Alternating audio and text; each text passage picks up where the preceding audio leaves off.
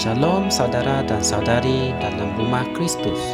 Marilah kita mendengar firman pada hari ini 12 Disember daripada Pastor Chris Oyakilome yang bertajuk Berdoalah untuk para umat Allah yang berada dalam kesusahan.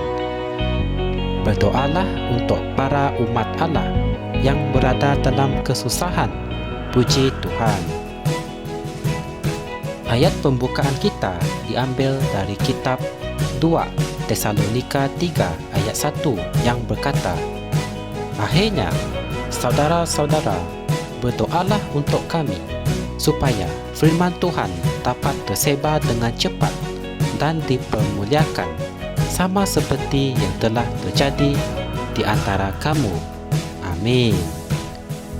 Dalam Kisah Para Rasul 12 ayat 1 hingga 2, Alkitab mengatakan Raja Herodes mulai bertindak untuk menganiaya beberapa orang dari jemaah, dan dia membunuh Yakobus, saudara Yohanes, dengan pedang.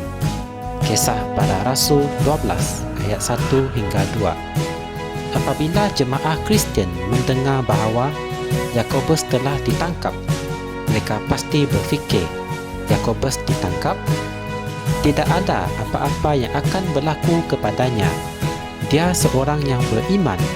Namun, setelah Yakobus dibunuh, hal itu menarik perhatian mereka. Di mana Tuhan? Mengapa Tuhan membenarkannya berlaku? Sesetengah orang mungkin sudah bertanya-tanya, cuba untuk menyalahkan Tuhan. Tetapi, bukan Tuhan yang membenarkan perkara seperti itu terjadi. Yesus telah berkata, dan pada hari itu, kamu tidak akan menanyakan apa-apa kepadaku. Sesungguh-sungguhnya, aku berkata kepadamu, segala sesuatu yang kamu minta kepada Bapa dalam namaku, Dia akan memberikannya kepadamu. Dalam Yohanes 16 ayat 23. Puji Tuhan.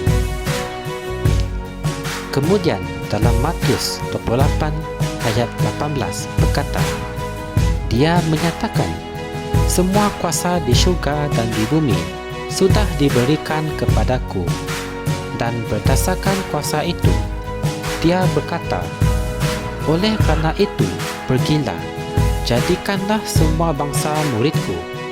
Dalam Matius 28 ayat 19. Yesus memberikan kita kuasanya. Dia memberikan kita namanya. Jadi, bukan Yesus yang membiarkan mereka membunuh Yakobus. Orang Kristianlah yang tidak melakukan peranan mereka dengan menggunakan kuasa mereka dalam doa. Apabila Petrus ditangkap selepas kejadian tersebut, Alkitab mengatakan bahawa mereka, jemaah Kristian, berdoa tanpa berhenti-henti. Tuhan memberi pertolongan dan Petrus berjaya dibebaskan. Kisah Para Rasul 12 ayat 5. Oleh itu, setiap kali kamu berdoa, kamu menjadikannya sah bagi Tuhan untuk menolong kamu dalam beberapa cara, dan Dia tidak akan membantu kamu sekiranya kamu tidak berdoa. Inilah sebabnya mengapa kita harus berdoa untuk para pelayan Injil dan untuk pengembangan pelayanan pendamaian pada hari-hari yang terakhir ini. Rasul Paulus menulis kepada orang Kristian di Kolose dengan berkata, berdoa jugalah untuk kami, supaya Allah membuka pintu bagi pemberitaan kami untuk membicarakan rahsia Kristus, yang kerananya aku bahkan telah terbelenggu. Dalam Kolose 4 ayat 3. Oleh kerana Tuhan sudah menyuruh mereka pergi memberitakan Injil, jadi mengapa mereka perlu berdoa meminta Tuhan untuk membuka pintu bagi pemberitaan Injil kepada mereka? Hal ini membuat kita tahu bahawa ada musuh di dunia ini. Jadi, selalulah berdoa untuk para jemaah Kristus di seluruh dunia. Amin. Beberapa laporan mengesahkan bahawa orang Kristian adalah golongan yang paling teraniaya di dunia ini. Ramai yang menderita dan mengalami perlakuan yang paling tidak berperi kemanusiaan oleh kerana kepercayaan mereka dalam Yesus Kristus. Melalui doa-doa kamu untuk mereka, mereka akan diperkuatkan. Tuhan akan memberi pertolongan dalam situasi mereka dan suatu perubahan akan berlaku. Amin. Marilah kita mengucapkan doa ini bersama-sama. Ya Bapa, aku berdoa untuk para pelayan Injil dan para umat Tuhan di seluruh dunia, agar mereka sentiasa diperkuatkan.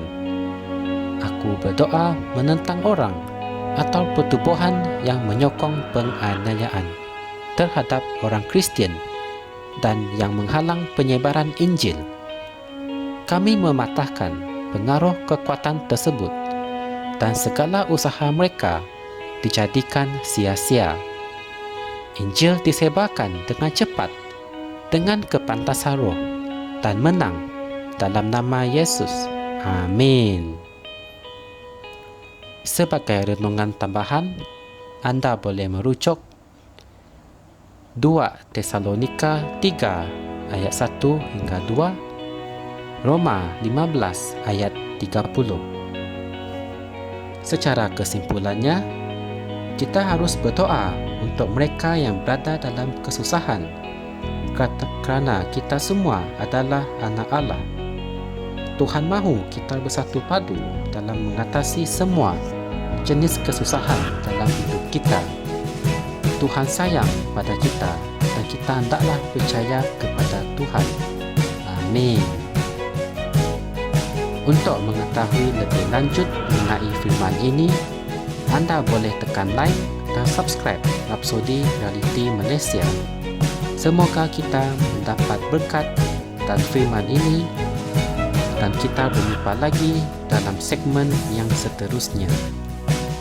Tuhan memberkati anda semua. Amin. Kami percaya saudara-saudari semua telah diberkati dengan perkongsian firman dari Rapsodi Reality.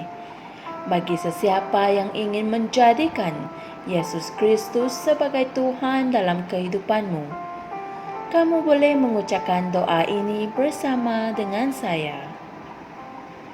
Ya Tuhan Allah, aku mempercayai Yesus Kristus, Anak Allah yang hidup dengan sepenuh hatiku.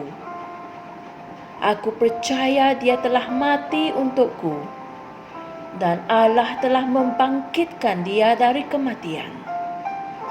Aku percaya Dia hidup hari ini. Aku mengaku dengan mulutku bahawa Yesus Kristus adalah Tuhan dalam hidupku mulai dari hari ini.